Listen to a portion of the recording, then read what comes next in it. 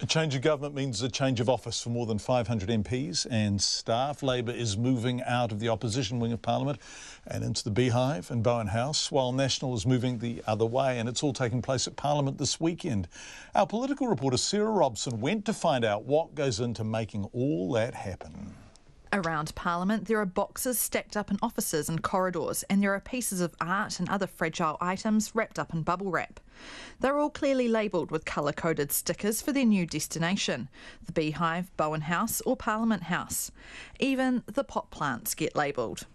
All up, 550 MPs and staff will be shifting office, and Jim Robb from Parliamentary Services is the man in charge of making sure it all goes smoothly. He explained the office swap while wandering along one of the corridors in Parliament House that's currently occupied by Labor. So the National Party come into where Labor are.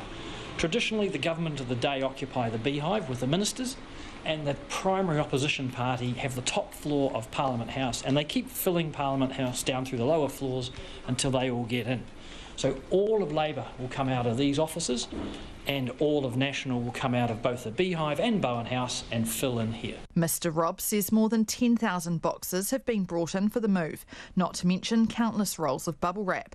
But how many people are involved in the move this weekend? There need to be about 50 of us here on the precinct through the night and through the weekend. There's about 25 or 30 third-party contracted movers who will be doing all the heavy lifting under our control. There's a lot of IT people working on a very complex matrix of equipment that has to move.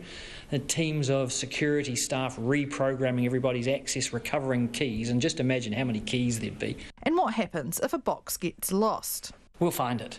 Having the 3 different coloured labels for the 3 different buildings, and through the decant it, check it, switch buildings, check it, then uplift it, we will know the box was in the right building and we'll hunt it down. It won't get lost. It'll be somewhere. When it comes to unpacking on Monday morning, Mr Robb says some former ministers might find themselves with a little less space than they've become used to. When I see the number of boxes, it's going to be a little bit of a wry smile when they come in on Monday morning and how we're going to fit in here. But, you know, it's probably like a circle of life. As we all get older and move out of our big family homes, we start to downsize, stuff has to be culled.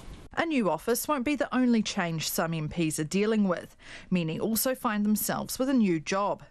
One of them is Green MP Jan Logie, who's the new Parliamentary Under-Secretary to the Minister of Justice on domestic and sexual violence issues.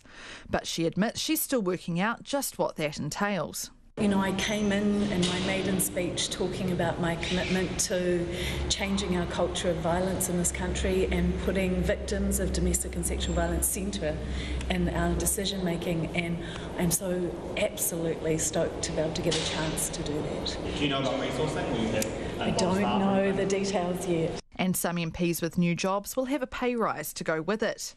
Take the Prime Minister, Jacinda Ardern, who this time last year had a salary of around $160,000. In the top job, she'll earn more than $470,000. I know that for working people that is an extraordinary jump. I've got to make sure that I'm constantly aware of the experience and the living standards for working New Zealanders, and I am aware of that, and I have been as long as I've been an MP. On the flip side, those National MPs who are no longer ministers will be facing quite a drastic pay cut. Atu i te whare paremata, mo te hōtaka o te ahi, ko Sarah Robson, aho.